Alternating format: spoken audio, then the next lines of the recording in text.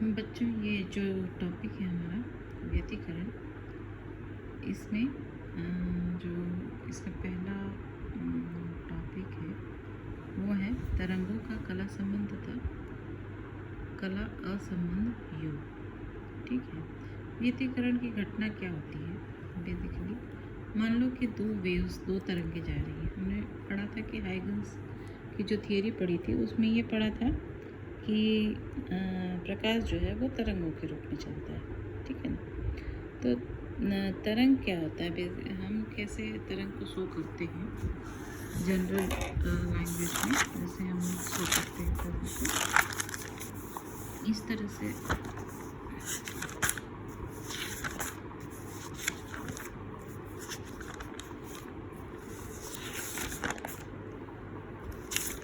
मान लो जैसे ये वेव्स है तरंग, उसको हम इस तरह से शो करते हैं, स्ट्रिंग और गर्त फॉर्म में इसको शो करते हैं। इस तरह से हम लोग वेव्स को शो करते हैं।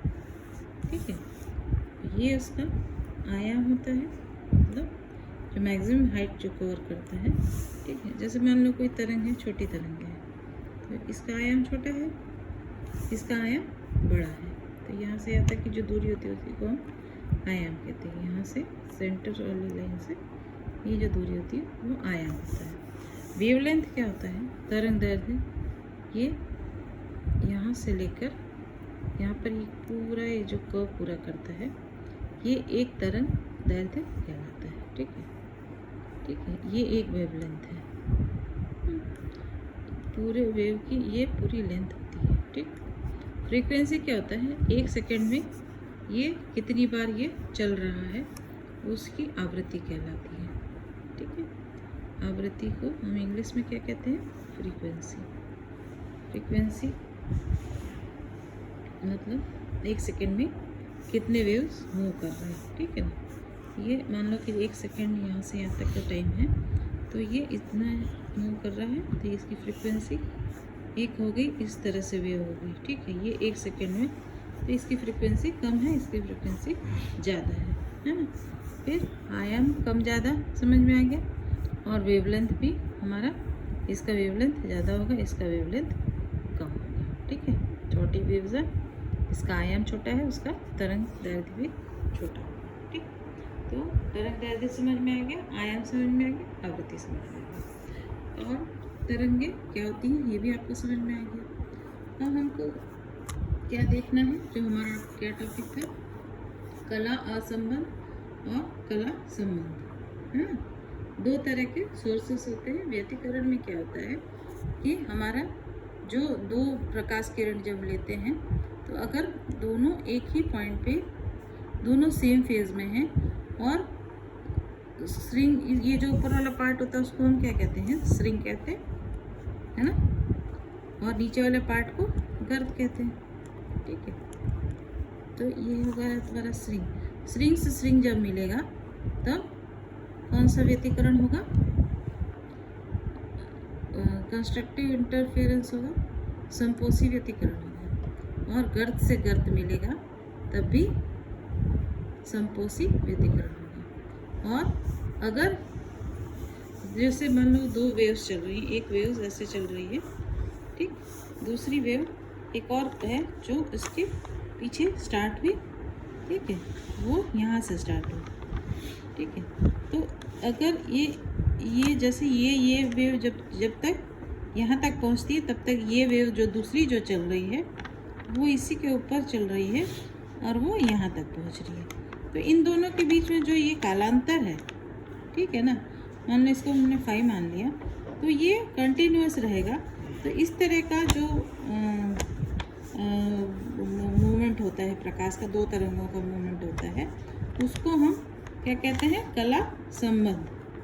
ठीक है ना, क्योंकि इन दोनों का जो दोनों वेव्स का जो डिफरेंस है वो हमेशा समय के साथ बदलता नहीं है, वो सेम ही रहता है। ठीक है, जैसे यहाँ पे हम मेज़र करें तो पहला वेव यहाँ होगा और दूसरा फाई दूरी पर, ये फाई के डिफरेंस पे ये इसके पीछे पीछे चलेगा।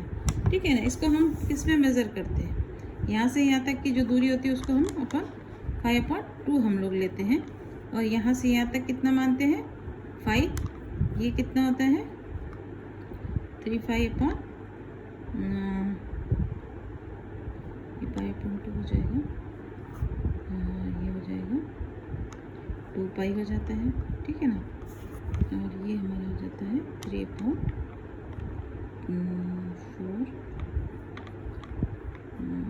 कितना हो जाएगा, करके देख लेते हैं। 3/2, ठीक है। तो ये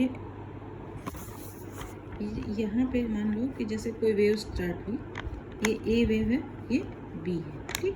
दोनों के बीच का कालांतर हम 5 डिग्री का मानते हैं। तो ये यहाँ से यहाँ तक जब पहुँचती है तब बी कितना है, यहाँ से यहाँ पहुँचेगा, ठीक है। तो ये जो इनका दोनों के बीच का जो डिफरेंस है ये बना रहता है। तो इस तरह के योग को हम क्या कहते हैं, कला संबंध, ठीक है। और अगर समय के साथ ये जो डिफरेंस है वो चेंज होता रहता है, तो उस तरह के सोर्सेस को हम क्या कहते हैं, लाइट सोर्सेस को, जिसमें प्रकाश तरंगों का जो दोनों जैसे 2 तरंगे जा रही हैं उनका डिफरेंस अगर कंटिन्यूस नहीं है पर समय के साथ परिवर्तित होता रहता है, तो उसको हम कला असंबंध कहते हैं। और समय के साथ अगर दोनों वेव्स के बीच का जो डिफरेंस है, दोनों के फेज में जो डिफरेंस है वो अगर चेंज नहीं होता है समय के साथ, तो उस तरह के प्रकाश स्रोत को हम क्या कहते हैं, कला संबंध स्रोत कहते हैं, ठीक है। समझ में आए। अब हम आते हैं जो हमने पढ़ा उसके ऊपर हम लोग आते हैं। यहाँ पे कहते हैं कि तरंगों का कला संबंध तथा कला असंबंध योग। अब तरंगों का मूवमेंट समझ में आ गया, तो कला संबंध स्रोत क्या हो जाएगा, ऐसे प्रकाश स्रोत जिनसे उत्सर्जित तरंगों के बीच कालांतर समय के साथ अपरिवर्तित रहे, उन्हें कला संबंध स्रोत कहते हैं। और कला असंबंध स्रोत क्या होता है, ऐसे प्रकाश स्रोत जिनसे उत्सर्जित प्रकाश तरंगों के बीच कालांतर किसी स्थान पर समय के साथ बदल रहा हो, ऐसे प्रकाश स्रोत कला असंबंध कहलाते हैं, ठीक है। अब हम प्रकाश के व्यतिकरण का गणितीय समीकरण देखेंगे। अब मान ले रहे हैं कि हम 2 कला संबंध तरंगे ले रहे हैं जिनकी आवृत्ति समान है, ठीक है। दोनों की आवृत्ति समान ले रहे हैं, जैसे इसमें हमने लिया है दोनों की आवृत्ति समान है, बस दोनों के बीच का जो फर्क है वो चेंज, ये फाई जो डिफरेंस है दोनों के बीच का, है ना। दोनों का आयाम A1 ही ले रहे हैं, ठीक है ना। एक का A1 है, एक का A2 है, लेकिन ये A1 और A2 समान है, आवृत्ति इसकी समान है। सॉरी, आयाम अलग अलग है लेकिन आवृत्ति समान है। आवृत्ति क्या था, 1 सेकंड में चली गई दूरी, ठीक है। तो दोनों की आवृत्ति तो सेम है, आयाम एक का A1 है, दूसरे का आयाम जो है वो एम्पलीट्यूड A2 है, ठीक है। दोनों का एम्पलीट्यूड अलग है, आयाम अलग है, आवृत्ति सेम है। उनके बीच का जो कालांतर है वो फाई मान लिया है, ठीक है। मतलब एक A1 चल रहा है, उसके थोड़ी देर डिफरेंस, दूसरा फेज डिफरेंस पे दूसरे वाले जो वेव है उसका दूसरा वाला जो तरंग है उसके दोनों के बीच में फेज का डिफरेंस कितना है, 5 का है, ठीक है। तो वो मेंटेन रहेगा, क्योंकि हम क्या ले रहे हैं, किस तरह का सोर्स ले रहे हैं, जो लाइट सोर्स ले रहे हैं उसमें हम 2 ही तरंग कंसिडर कर रहे हैं, क्योंकि ज़्यादा तरंग लेंगे तो हमको कन्फ्यूज़न हो जाएगा। तो समझने के लिए हम सिर्फ दो तरंगों को कंसिडर कर रहे हैं, ठीक है, ताकि हमको समझ में आ जाए कि कैसे इसका कला संबंध स्रोत में से तरंगें कैसे निकलती हैं, ठीक है। तो हमने 2 का लिया है, दोनों एक ही दिशा में संचरण कर रही हैं, तो माध्यम के किसी बिंदु पर उनका परिणामी विस्थापन दोनों तरंगों द्वारा उत्पन्न विस्थापन के योग के बराबर होगा। ठीक है, इसको देखो क्या होगा, अगर दोनों एक ही दिशा में संचरण करती हैं तो किसी बिंदु पर अगर हम परिणामी विस्थापन लेते हैं तो दोनों तरंगों का जो उत्पन्न विस्थापन का जो योग के बराबर होगा। ठीक है, देखो इसको हम मैथमेटिकली निकालते हैं, इसको समझेंगे कि इस लाइन का मतलब क्या होता है। माना पहली तरंग का विस्थापन समीकरण हमने ले लिया y1 = a1 sin omega t, इसको इक्वेशन नंबर 1 ले लिया। उसी प्रकार दूसरी जो तरंग है, दो तरंग ले रहे हैं हम कला संबंध में, हमने दो तरंग लिया ना। ठीक है, दो कला संबंध तरंगे लिए। पहला वाला है y1 = a1 sin omega t, दूसरे का क्या है y2 = a2 sin omega t plus 5, क्योंकि दूसरा जो है उसमें कालांतर कितना है फेज का डिफरेंस, कालांतर कितना है 5 का, तो ये ओमेगा टी में 5 जुड़ जाएगा, तो हमारा जो दूसरी वेव है वो इतने फेज से पीछे चल रही है। ठीक है, तो ये ओमेगा टी प्लस 5, ये इक्वेशन नंबर 2 हो जाएगा। अब हमको पता है कि ओमेगा क्या होता है 2 n, n क्या है हमारा आवृत्ति है, इसको हम 2π/t भी लिख सकते हैं। n जो है वो तरंग की आवृत्ति है और t जो है वो इसका आवर्तकाल कहलाता है। ठीक है, तरंग का आवर्तकाल। अब अध्यारोपण के सिद्धांत से हमें पता है कि y = y1 + y2, तो y1 कितना है हमारा a1 sin ओमेगा t और y2 कितना है a2 sin omega t plus theta. ठीक है, अब सूत्र हमको ये मैथमेटिक्स में हमने ये पढ़ा है, ये वाला sin a + b = होता है sin a cos b plus cos a sin b। तो हम ये वाला जो है वो यहाँ पे लगा सकते हैं, तो हमको ये वाला इक्वेशन क्या बन जाएगा sin omega t cos 5 plus cos omega t sin 5। तो ये वाली वैल्यू हम यहाँ पे पुट करेंगे तो हमको क्या मिलेगा y = a1 sin omega t plus a2 sin omega t cos 5 plus a2 sin 5 cos omega t, है ना। तो अब हम क्या करते हैं, sin ओमेगा t वाला जो टर्म वाला है उसको हम कॉमन ले लिए, तो ये क्या हो जाएगा a1 plus a2 cos 5 plus a2 sin 5 cos omega t, ये हम इक्वेशन नंबर 3 रखे हैं। अब हम लेंगे, ये दो चीज़ हमने कंसीडर कर ली है। ठीक है, इसको हम बस टाइम बीइंग के लिए कंसीडर करते हैं, फिर बाद में हम a का वैल्यू भी निकालेंगे और थीटा का मान भी निकालेंगे। हम ये इसको कंसीडर क्या कर रहे हैं, a1 + a2 cos 5 = a cos 5, ये इक्वेशन नंबर 4 है, और a2 sin 5 = a sin 5 ये इक्वेशन नंबर 5 है।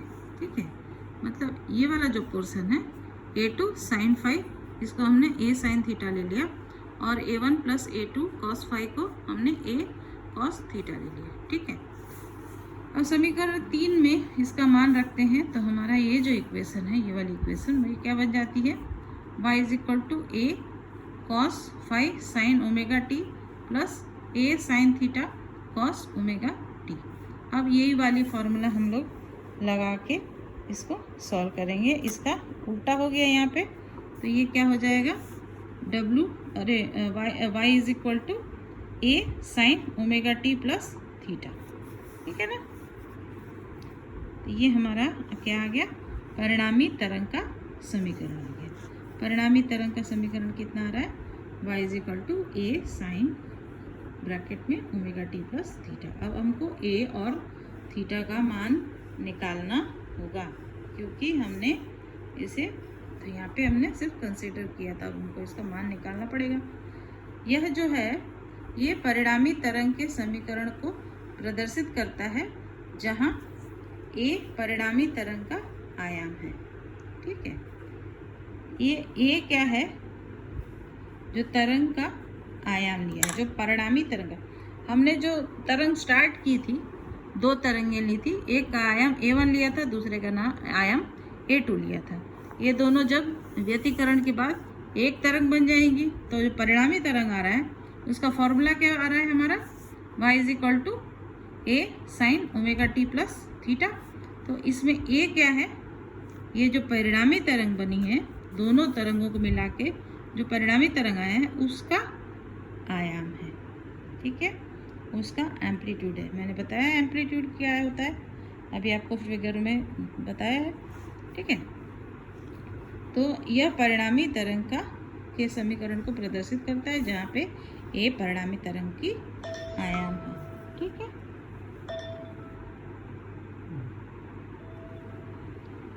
समीकरण 4 और 5 का वर्ग करने पर तथा उसका योग करने पर हम समीकरण 4 और 5 जो है उसको हम लोग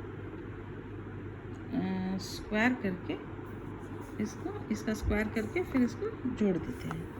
तो हमने इसको square plus this square is equal to this square plus this square, इस तरह से करेंगे, है ना। a1 plus a2 cos five का whole square plus a2 sine five का square is equal to a cos square theta plus a square sine square theta. अब इसको एक्सपांड करेंगे तो क्या मिलेगा, a1 square plus 2a1 a2 cos five plus a2 square cos square five is equal to a2 square sine square five is equal to a square bracket में sine cos square theta plus sine square theta. तो हमको a1 यहाँ पे भी ये वाला भी हमारा क्या हो जाएगा, a2 स्क्वायर कॉमन निकल के cos square five plus sine square five, तो ये भी 1 हो जाएगा, यहाँ भी 1 हो जाएगा। तो हमको फाइनली क्या मिलेगा, a1 square plus 2a1 a2 cos five plus a2 square is equal to capital A square, ठीक है। ये हमारा इक्वेशन नंबर 6 बन गया। तो हमारा जो फाइनल परिणामी तरंग का जो एम्पलीट्यूड है वो कितना निकल जा रहा है, under root a1 square plus a2 square plus 2a1 a2 cos phi. ये इक्वेशन नंबर 7 हो रहा है, ठीक है। तो हमारा एम्पलीट्यूड आ गया। समीकरण 5 में 4 को भाग देने पर हमको क्या मिलेगा, थीटा का मान मिल जाएगा। तो हमको क्या निकालना था, ए का मान निकालना था और थीटा का मान निकालना था। तो थीटा का मान हमारा यहाँ से निकल आएगा, ठीक है ना। इसको सॉल्व करते हैं हम, तो ये क्या हो जा रहा है, sine theta upon cos theta is equal to tan theta होता है, और ये करेंगे सॉल्व तो ये हमारा निकल आएगा, ठीक है बच्चों। तो इक्वेशन नंबर 8 तक आ गया हमारा। अब समीकरण 7 और 8 से स्पष्ट है कि जो परिणामी तरंग है उसका आयाम तथा कालांतर थीटा तरंगों के आयाम a1 तथा a2 तथा उनके बीच कालांतर फाई पर निर्भर करता है। तो ये जो हमारा थीटा है वो फाई पे निर्भर करता है, और ये जो इसका जो आयाम है, परिणामी तरंग का आयाम है, वो इनके आयामों पे, जो तरंगे शुरू कर रहे हैं हम लोग ले रहे हैं, उनके आयामों पे डिपेंड करता है, ठीक है। अब हम इसकी तीव्रता निकालते हैं, परिणामी तरंग की तीव्रता। तो उसके लिए फॉर्मूला क्या है, I is directly proportional to a square, ठीक है। तो इसमें a क्या है, हमारा आयाम है, और k नियतांक लेते हैं जब हम प्रोपोर्शनलिटी का साइन निकालना होता है, तो I is equal to k a square ले लेते हैं। तो अब इस समीकरण 6 से a स्क्वायर का मान रखेंगे तो ये वाला आ जाएगा। तो ये इसको जब सॉल्व करेंगे, I is equal to k a1 square plus k a2 square plus 2k a1 a2 cos phi. अब I is equal to k a1 square plus k a2 square plus 2, ये इसको हम under root k a1 square और k को हम under root k लिख सकते हैं, और a1 को हम a1 स्क्वायर और a2 स्क्वायर इस तरह से हम इसको लिख सकते हैं। इसको मैथमेटिकली आप ट्राई करेंगे तो आराम से ये इसको सॉल्व करेंगे तो यही आएगा, ठीक है। इसको हम सॉल्व करेंगे तो हमको यही आंसर आ जाएगा 2k a1 a2, ठीक है। अब हम पहले तरंग की तीव्रता हमारी क्या हो गई, I1 is equal to KA1 square, और दूसरे तरंग की तीव्रता हम ले रहे हैं I2 is equal to KA2 square. तो हम ये वाला मान जो है वो यहाँ पे रख देंगे, तो हमको ये क्या निकल आएगा, I is equal to I1 plus I2 is equal to 2 under root I1 under root I2 cos phi। ये हमारे परिणामी तरंग की तीव्रता का सूत्र है। ये कोहेरेंट सोर्स के लिए है, और इनकोहेरेंट सोर्स के लिए हमारा I is equal to I1 plus I2 आता है। ठीक है।